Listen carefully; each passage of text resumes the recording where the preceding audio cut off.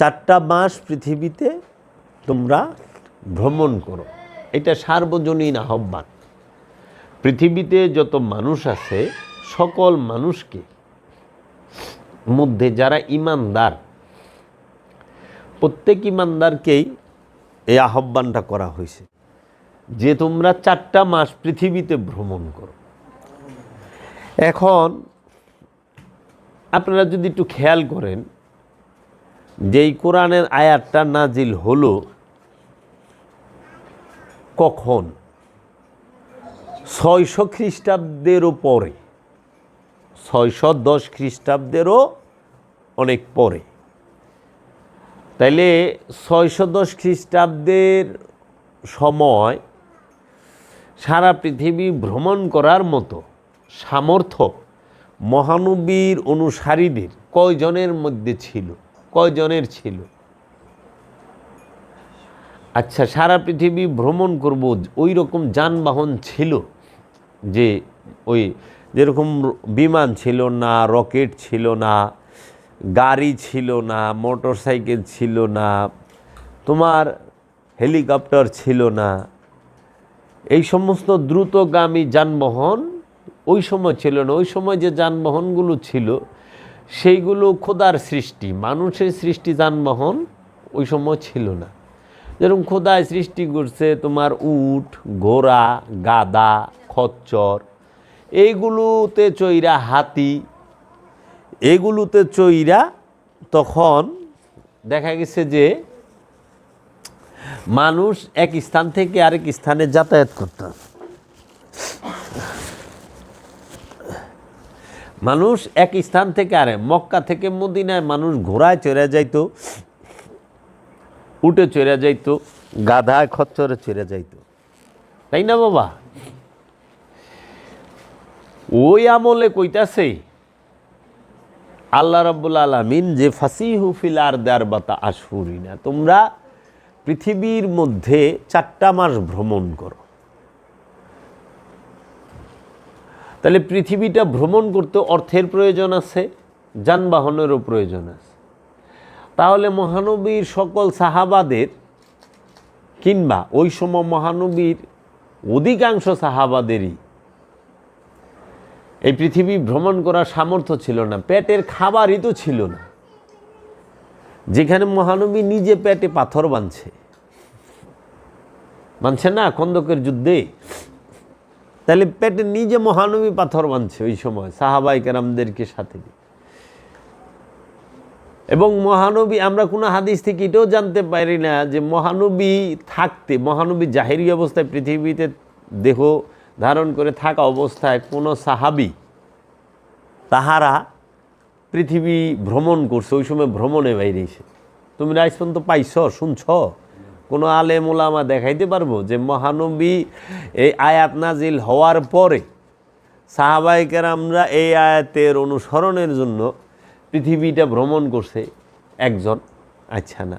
আচ্ছা, মহানবীর কথাই কও, মহানবী নিজে ভ্রমণ করছে সারা পৃথিবী, মানে এই জাগতিক পৃথিবী, এক দেশ থেকে আরেক দেশে, এক রাজ্যে, এক ইয়ে থেকে আরেক, চীনে গেছে মহানবী দেহ জাহিরিভাবে, উটে চৈরা, গাদায় চৈরা না, আধ্যাত্মিকভাবে যাইতে পারে, আধ্যাত্মিকভাবে গেছে, কিন্তু জাহিরিভাবে তো না। তাহলে মহানবী যেই কথাটা কোরআনে যা আসলো, এ আল্লাহর হুকুম যে পৃথিবী ভ্রমণ করো। এই পৃথিবী বলতে আর্থ, পৃথিবী আর্থ বলতে পৃথিবী বোঝায়। এখন আর্থ বলতে বড় বড় মুফাসসির এবং বড় বড় তাফসীর কারকগণ, তারা অনুবাদকারীরা বড় বড় যারা আছেন তাফসীর কারকগণ, তারা বলছে এই আর্থ বলতে পৃথিবীকেও বোঝায়, আবার এই দেহকেও বোঝায়। এই দেহটাও একটা পৃথিবী। আবার আমরা যেই যে বাস করি, গাছপালা, তরুলতা, এই যে বাড়ি ঘর, গরু ছাগল, যা কিছু বাস করে পৃথিবীর মধ্যে, এইটা পৃথিবী, দেহ পৃথিবী। এখন আমরা যদি এই আয়াতটাকে এই পৃথিবী নামক যে গ্রহ, এই গ্রহের মধ্যে দেই, তাহলে হিসাব মিলে না বরাবর। কারণ পৃথিবী ভ্রমণ করতে পারে একমাত্র ধনী মানুষ এবং সুস্থ মানুষেরা। অসুস্থ মানুষ ধনী হোক কিন্তু অসুস্থ ভ্রমণ করতে পারবে না। সুস্থ এবং ধনী সম্পদশালী, তাও অনেক সম্পদ লাগবে, তাও এই যুগে। ওই যুগে তো সম্ভবই না 1450 বছর আগে, কারণ ওই সময় হাঁটা, গোড়া, গাদা, খচ্চর, হাতি, উট এগুলাই চড়ে যাওয়ার লাগতো। তাইলে এখন যদি এই দেহ নামক পৃথিবীর কথা বলা হয়, তাহলে এই দেহ নামক পৃথিবীতে সবাই ভ্রমণ করতে পারে। গরিব, মিসকিন, অনাথ, এতিম, সুস্থ অসুস্থ সবাই, ধনী গরিব সবাই পারে। তাহলে খোদার বাণী সার্বজনীন, রসুলের বাণী সার্বজনীন।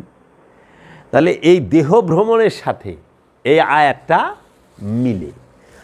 এর জন্য এখন কেন পৃথিবীতে ভ্রমণ করতে বলল 4টা মাস? যে তুমি সত্য কিছু দেখবা, রহস্যের কিছু জানতে পারবা, দেখতে পারবা। এখন সকল রহস্য সেটা কোথায় থাকে? আপন দেহ এবং মনে। বাবা জাহাঙ্গীর, আমার দয়াল মুর্শিদ কেবলাও কাবা এবং বাবা বেদম ওয়ারসি, বাবা জাহাঙ্গীর বলছে মারেফতের একমাত্র মূল কেন্দ্র ভূমি হচ্ছে আপন দেহ এবং মন। মারেফতের মূল কেন্দ্র এবং ভূমি হচ্ছে আপন দেহ এবং মন। মন হইল কেন্দ্র আর ভূমি হইল দেহ। এই দেহ মনকে কেন্দ্র করে মানুষের এই মোরাকাবা মুশাহেদা করতে হয়, দেহ এবং মনের গবেষণা করতে হয়। এবং এই দেহ এবং মনের মাঝেই সমস্ত রহস্যের ভাণ্ডার। এটা বাবা জাহাঙ্গীরও বলেছেন, আল্লামা ইকবালও বলেছেন, বাবা জান শরীফ শাহ সুরেশ্বরীও বলেছেন যে ইয়ে জিক্রে মিম, ইয়ে বেশবি, ইয়ে বুরআক, ইয়ে বেসরুর। এই দেহটাই হচ্ছে মিমের জিকির, এটাই হচ্ছে দ্রুত বেসরুর রহস্যের ভাণ্ডার। এটা ইয়ে বুরআক দ্রুতগামী বাহন, ইয়ে শবি তেরি খুদি কে নিগেবা নেহি তো কুছ ভি নেহি। তুমি যদি তোমার নিজের দিকে না তাকাও বাহিরে কিচ্ছু পাবা না, বাহিরে কিছুই পাবা না যদি তুমি তোমার নিজের দিকে না তাকাও। দৃষ্টি তোমার এই দেহের ভিতরে, দৃষ্টি বাহিরে না। একটা গাছ সেটা কখনো বাহিরে না, ওটা গাছের জন্য বাহিরে, কিন্তু তোমার জন্য বাহিরে না, ওইটা তোমার চোখের মধ্যে। চোখ বন্ধ করো, তোমার মধ্যে আর গাছ নাই, তোমার সামনেও গাছ নাই। এই আমি এখানে বইয়া রইছি, তুমি দেখতেছো না, কিন্তু আমি করলে তোমার ভেতরে, তোমার দৃষ্টির ভেতরে, চোখের ভেতরে। আমি এখানে আছি, এটা আমার কাছে, কিন্তু তোমার কাছে হইলো আমি তোমার চোখের ভিতরে। তুমি চোখ বন্ধ করো, আমি আর এখানে নাই, খালি এমনি বন্ধ করো, দেখা তুমি আমার এখানে দেখবা না। এর জন্য ভয় তোমার ভেতরে, হিংসা তোমার এই দেহ মনের ভেতরে, ভয় তোমার ভেতরে বাবা। ভয় বাইরে না, জিন বাহিরে না, দেও দানব বাহিরে না, ভূত পেতনি বাহিরে না, তোমার ভেতরে। প্রমাণ আপনি কইবেন দলিল কই? ভূত পেতনি এগুলা তো বাহিরে থাকতেই পারে না, কারণ এই সৃষ্টি জগতে যাহা কিছু আছে আল্লাহ নিজেই কইতেছে ইউসাব্বিহু লিল্লাহি মা ফিস সামাওয়াতি ওয়া মা ফিল আরদ। আসমান এবং জমিনে যাহা কিছু আছে সব কিছু আল্লাহর তসবিহ পাঠ করে। পিশাচে তো আল্লাহর তসবিহ পাঠ করতে পারে না, পারে না। বাহিরে ক্ষতিকর কিছুই নাই, সব তো হৃদয়ে বাস করে। ক্ষতিকর যা কিছু আছে সব আমার ভেতরে, আমার অন্তরে, আমার মনে, আমার কলবে। আমি সারা জীবন মোল্লা পিছে ঘুরে ঘুরে দেখলাম এরা খালি শয়তান দেখাইলো গাছে, শয়তান দেখাইলো মাছে, শয়তান দেখাইলো বাইরে, শয়তান দেখাইলো এনে, শয়তানের দোকা বাইরে, শয়তানের অমুক তমুক। এখন আমি বাবা জাহাঙ্গীরের কাছে যাইয়া দেখি বাবা জাহাঙ্গীর কোরআন থেকে প্রমাণ করে দিছে কোরআনে শয়তানের কথা 100 বারের উপরে আছে, 65 বার কোরআনে শয়তানের উল্লেখ আছে। এই শয়তান এই সৃষ্টি জগতে কোথাও থাকার পারমিশন শয়তানকে আল্লাহ দেয় নাই, পারমিশন দেয় নাই। সব সৃষ্টি জগতে সব কিছু তৌহিদে বাস করে, শয়তান শুধু জিন আর ইনসানের অন্তরে থাকে। আর জিন আর ইনসানের অন্তরে থাইকেই শয়তান তোমাকে ভয় দেখায়, তোমাকে লোভ করায়, তোমাকে হিংসা করায়, তোমাকে অহংকার করায়, তোমাকে কামনা বাসনা জাগায়। তাহলে তোমার ভেতরে না, দেহেও না, অন্তরে।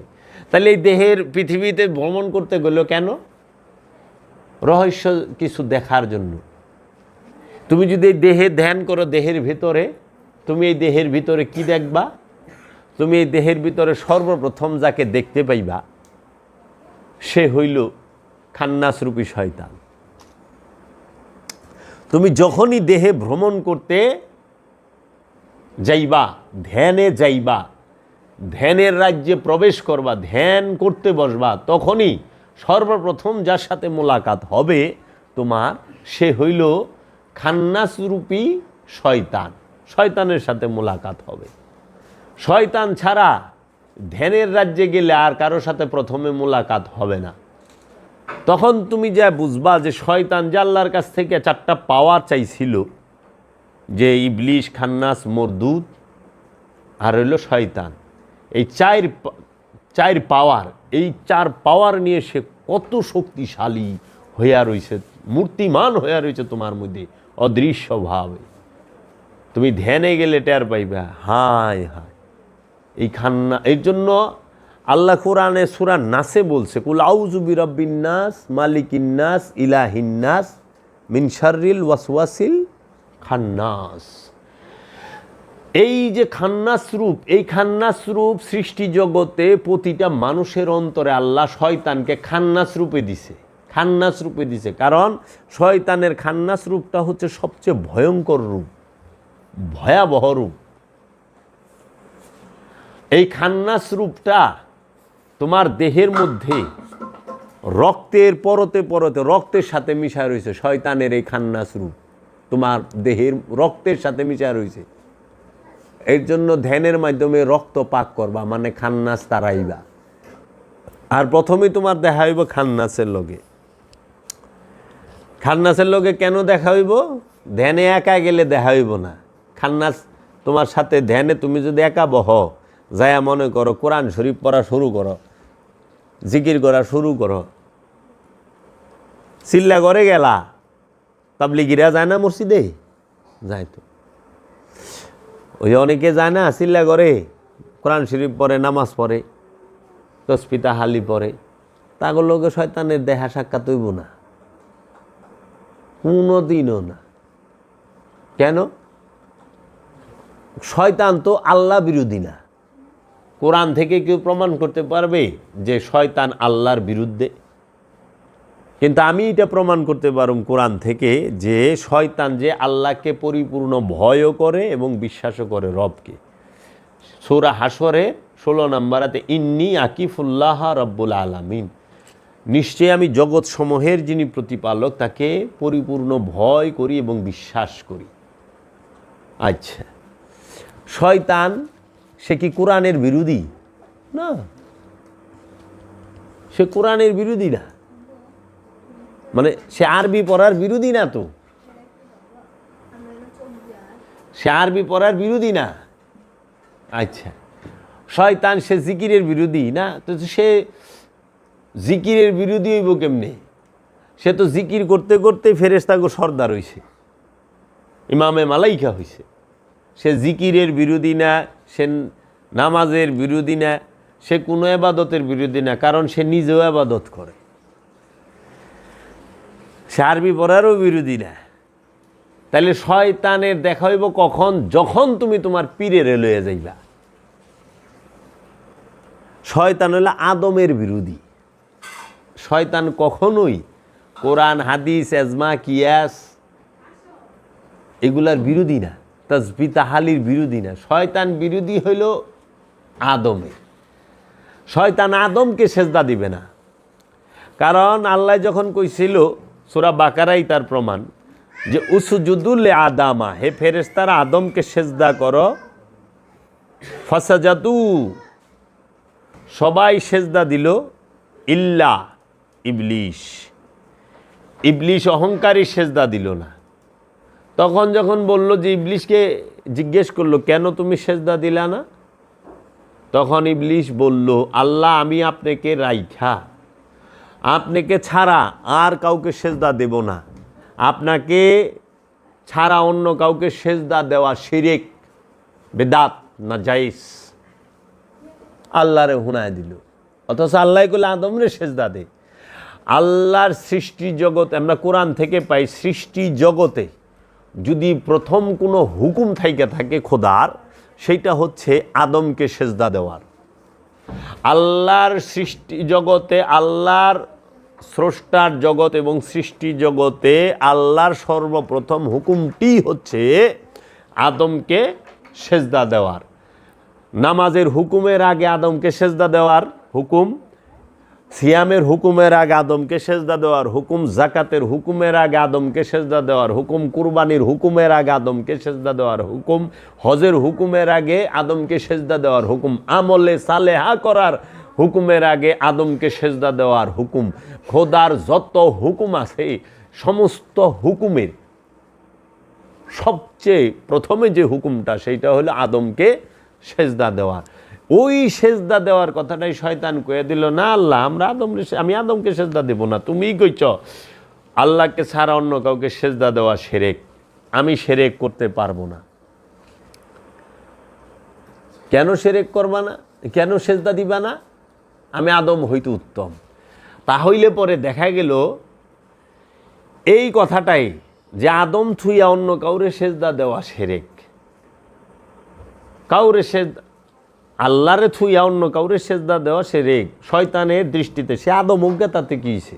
সে নবী হোক তাতে, কারণ আদম তো শুধু আদম না, আদম সে নবী, আদম সে রসুল, আদম সে ওলি, আদম সে আব্দুহু, আদম সে ওয়াজিহুল্লাহ, আদম সে আরিফ বিল্লাহ, আদম সে হচ্ছে বান্দা নেওয়াজ। আদম বান্দা নেওয়াজ, আরিফ বিল্লাহ, ওয়াজিহুল্লাহ। এবং আল্লাহ নিজে কইছে যে খালাকাল্লাহু আদামা আলা সুরাতিহি, আমি আদমকে আমার নিজ সুরতে তৈরি করেছি, মানুষকে বলে নাই। আল্লাহ এটা বলে নাই যে খালাকাল্লাহু ইনসানু আলা সুরাতিহি, যে আমি ইনসানকে নিজের সুরতে তৈরি করছি। আল্লাহ বলছে খালাকাল্লাহু আদামা আলা সুরাতিহি, আমি আদমকে নিজ সুরতে তৈরি করছি। কারণ ইনসান আর আদম এক না, ইনসানের সুরত আর আদমের সুরত কখনোই এক না। ইনসানের সাথে শয়তান থাকে, আদমের সাথে শয়তান থাকে না।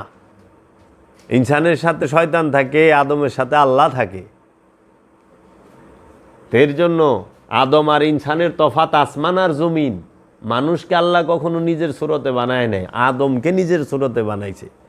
মানুষকে যদি আল্লাহ আদম সুরতে বানায়, তা আবু জাহেলও আল্লাহর সুরত হয়ে যায়, ফেরাউন আল্লাহর সুরত হয়ে যায়, নমরুদও আল্লাহর সুরতে রয়ে যায়, হিটলারও আল্লাহর সুরত হয়ে যায়, চেঙ্গিস খাও আল্লাহর সুরত হয়ে যায় গা, মির্জাফরও আল্লাহর সুরত হয়ে যায় গা।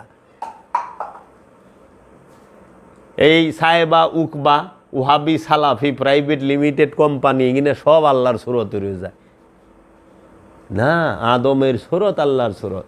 তাইলে শয়তান যেখানে বলল যে আল্লাহরে থেকে অন্য কাউরে সেজদা দেওয়া শিরক, তাহলে সবাই কি শয়তানের দর্শনটা নিল না? এখনকার বর্তমান সমাজে অধিকাংশ মানুষ, শতকরা 99 থেকে 95% যে আল্লাহকে ছাড়া অন্য কাউকে সেজদা দেওয়া হারাম, শিরক, বেদাত, নাজায়েজ। আল্লাহ এই মাথা আল্লাহ ছাড়া আর কারো কাছে নত হবে না, এইটা তো ঠিক আছে, মানলাম। এই মাথা, দেহের মাথা আল্লাহ ছাড়া কারো কাছে নত করেন নাই, কিন্তু আল্লাহ তো দেহের মাথার থেকে গুরুত্ব দিছে লুবের মাথাটা নত করবার। লুবের মাথা তো অন্যজনের কাছে নত করে হালাইছে। লুবেরও তো একটা মাথা আছে, হিংসা, অহংকার, কামনা, বাসনা। জ্ঞানের মাথা নত করতে কইছে, আদমকে যে সেজদা দেওয়ার কথা বলছে রব্বুল আলামিন, সেটা হলো জ্ঞানের তফাৎ বোঝানোর জন্য। জ্ঞান ওইখানে পরীক্ষাটা হচ্ছে, হুকুমটা হয়েছে জ্ঞানের। আল্লাহ বলছে ফেরেশতাদেরকে, তোমরা এই এই নামগুলা জানো? বলছে না, জানি না। আদম, তুমি এই এই নামগুলা বইলা দাও। আদম বইলা দিছে। ফেরেশতাদের সর্দার আজাজিল সহ, জিব্রাইল, ইসরাফিল, মেকাইল, আজরাইল সহ, সমস্ত ফেরেশতাগুলো সহ আল্লাহ জিজ্ঞাসা, এই নামগুলা জানো? তখন তারা কি কইছে? লা ইলমা লানা ইল্লা মা আল্লাম তানা, যে এ আল্লাহ, আপনি আমাদেরকে যা শিখাইছেন আমরা তাহাই জানি, এর বাহিরে আমরা কিছুই জানি না। তাহলে তাদের একটা ডিমার্গেশন আছে, জানার লিমিট আছে, জানার তারা একটা আওতার ভিতরে আছে।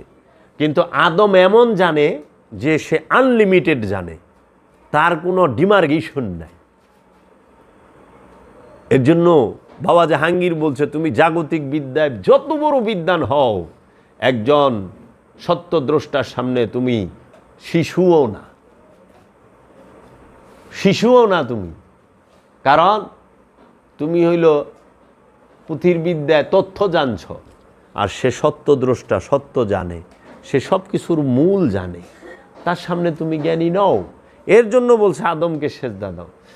এখন সেই সেজদা সে দিল না। অহংকার মৌলবী মুন্সি সবাই কয় আল্লাহ ছাড়া করে সেজদা দেওয়া হারাম।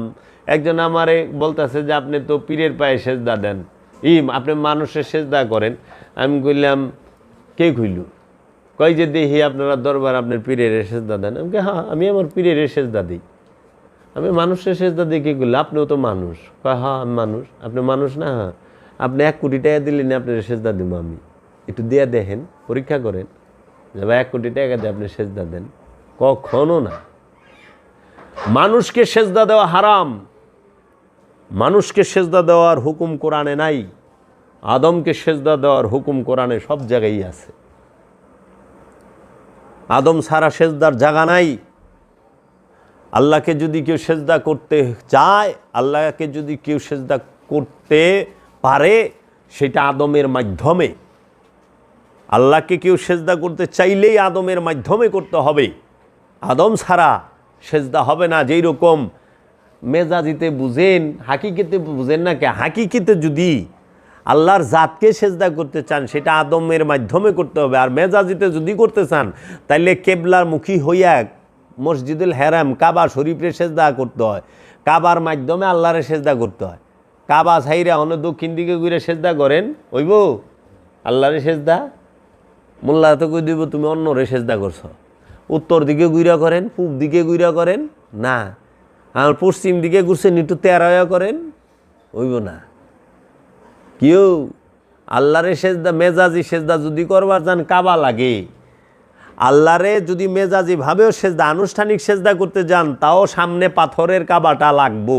ইব্রাহিম খলিলুল্লাহর নির্মিত, বাবা আদমের নির্মিত কাবাটা লাগবে। আর যদি রাব্বুল আলামিনকে হাকিকি সেজদা দিতে চান, তাহলে রাব্বুল আলামিন যে কাবা বানাইছে, সেই হাকিকি কাবাকে সেজদা করতে হবে। এর জন্য রবকে হাকিকি সেজদা দিতে গেলে রবের হাকিকি কাবাকে সেজদা করতে হবে। আর যদি তুমি আল্লাহকে মেজাজি সেজদা দিতে চাও, তাহলে আল্লাহর রসুলের নির্মিত, আল্লাহর নবীর নির্মিত যে মেজাজি কাবা, পাথরের কাবা, সেই কাবাকে সেজদা দিতে হবে। এর জন্য ওই পাথরের যে কাবা, মেজাজি যে কাবা, আনুষ্ঠানিক যে কাবা, রূপক যে কাবা, সেই কাবাকে সৃষ্টি জগতের সমস্ত চোর, চিটার, বাটপার, লুচ্চা, বদমাইশ, লাফাঙ্গা, সুদখোর, ঘুষখোর, সম্পদ আত্মসাৎকারী, সম্পদ জমাকারী, এতিমের হক মাইরা তারাও কাবায়, ওই কাবা সেজদা দিতে পারে। মেজাজি কাবায়, মেজাজি কাবায় তারা থাকতে পারে। দেখেন পৃথিবীর সব ধনীরা যায়, এরা বেশিরভাগই আত্মসাৎকারী, জুলুমকার। কিন্তু হাকিকি কাবাকে, আদমকে খান্নাস মুক্ত না হয়ে সেজদা দেওয়া যায় না। মোহরা দেওয়া যায়, চেষ্টা চালানো যায়, আমরা যে সেজদা দিই, কিন্তু আদমকে সেজদা দিলে গেলে তার কাছে আত্মসমর্পণ করার লাগে। আত্মসমর্পণ ছাড়া আদমকে সেজদা দেওয়া যায় না। আদমের গুণে গুণান্বিত হইতে হয়, তার রূপে রূপবান হইতে হয়। এর জন্য সেজদা দিতে গেলে আল্লাহকে, রব্বুল আলামিনকে, হাকিকি রবকে সেজদা দিতে গেলে, আল্লাহকে সেজদা দিতে গেলে আদমের মাধ্যমেই দিতে হবে। হেদায়েত, রব হেদায়েত করে, সমস্ত জগতে সবাইকে আল্লাহ হেদায়েত করে, কিন্তু আদমের মাধ্যমে করে। আদমের মাধ্যম ছাড়া আল্লাহ কাউকে হেদায়েত করে না।